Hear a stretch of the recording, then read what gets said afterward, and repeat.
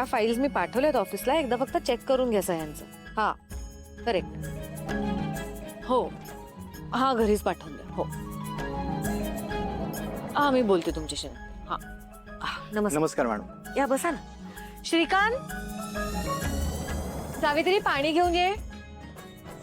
अरे बसा बसा बसा बसा. नमस्कार नमस्कार नमस्कार.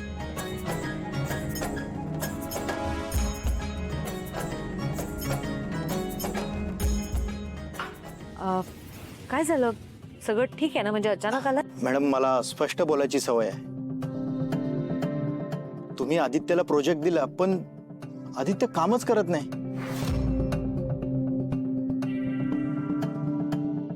इतकं बेजबाबदार वागून कसं चालेल सांगा.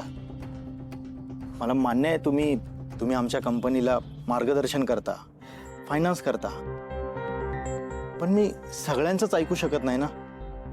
आदित्य हा माझ्यासाठी फक्त एक आमचा एम्प्लॉई आहे.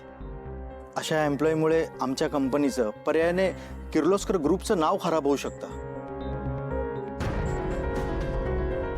खरं तर मी तुम्हाला हे सांगणार नव्हतो, पण त्याचं वागणं मला अजिबात पटत नाही.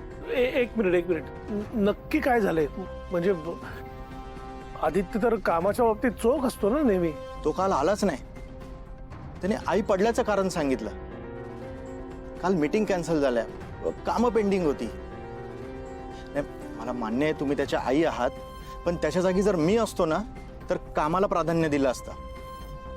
खरं सांगतो, माझी आई सुद्धा अंथरुणावर खेळून आहे, पण मी काय घरी बसत नाही ना. काम करावंच लागतं.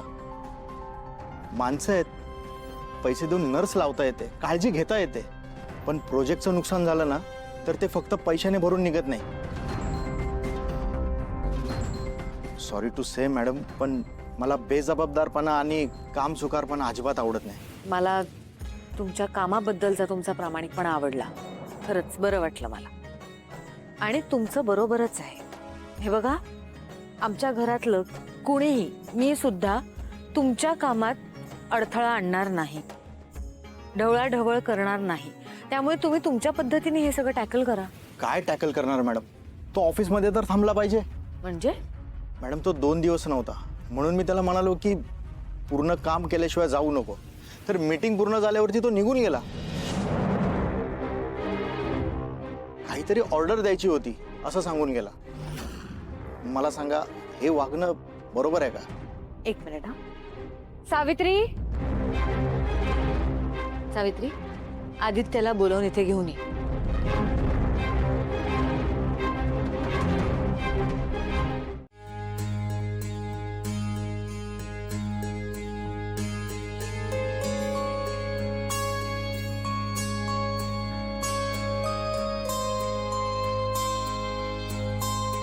श्रीकांत, काय झालं? आईला मला हे सगळं पटतच नाहीये का? कोण तो माणूस आला होता तो? त्या आदित्यला आपण लहानाचा मोठा केलाय.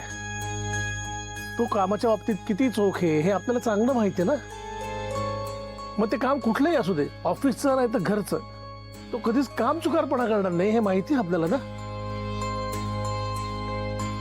माणूस ना मला जरा जास्तच वाटला. तो आदित्यबद्दल अशी तक्रार कशी काय करू शकतो का? हे बघ, त्यात त्याची काही फार चूक आहे असं मला वाटत नाही.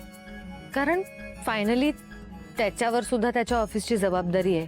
प्रामाणिक दिसतोय तो.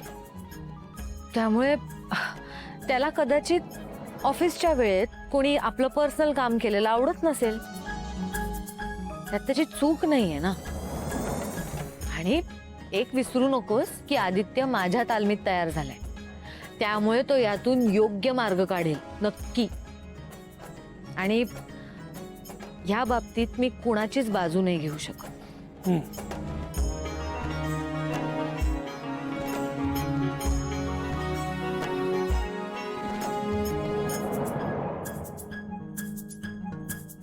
पट पटापट लॉटरी घ्या 67. चला लवकर. लॉटरी लागणार की नाही? अरे 100% लागणार. चला अहो 10 करोडची लॉटरी आहे. अहो बघा तुम्ही, एका रात्रीत करोडपती, एका रात्रीत करोडपती. चला भाऊ वार कोणता आहे आज? आज शुक्रवार आहे.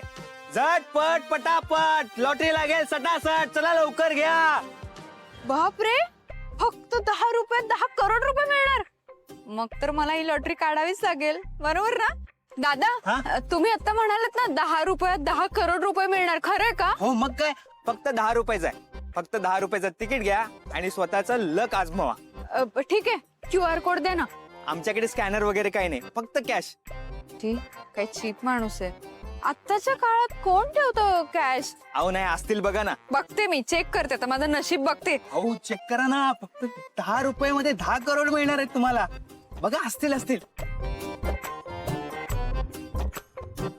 10 रुपये म्हणजे म्हणजे माझं नशीब आज चांगलं आहे. मला लॉटरी सुद्धा लागेल ना? हो. हे ना, हे घ्या. मला जर ही लॉटरी लागली तर मी रातोरात करोडपती होणार. मला विश्वासच बसत नाहीये. आतापर्यंत मी किर्लोस्करांसाठी राबले, पण मला कधी मोबदलाच मिळाला नाही, माहितीये ना तुम्हाला. पण आता माझं नशीब चांगलं असू देत. देवाने जर मला साथ दिली ना, मला जर ही लॉटरी लागली ना, तर मी प्रसाद चढवेन देवाला. हो, किती? पाव किलो बास होईल ना? पाव किलो बुंदी चढवेन. हा, पण मला ही लॉटरी लागायला पाहिजे बरं का. हा, मी काढते तिकीट. कुठलं तिकीट आहे म्हणालात? हे बघा, हे 10 रुपयाचं 10 करोड आहे आणि हे 20 रुपयाचं आहे. नाही नाही, 10 रुपयाला 10 करोड व्हायला पाहिजे.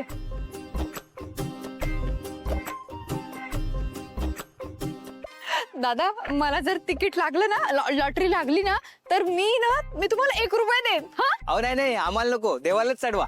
थँक्यू. देवालाच चढवा तुम्ही. हा, 100 करोड आहे का?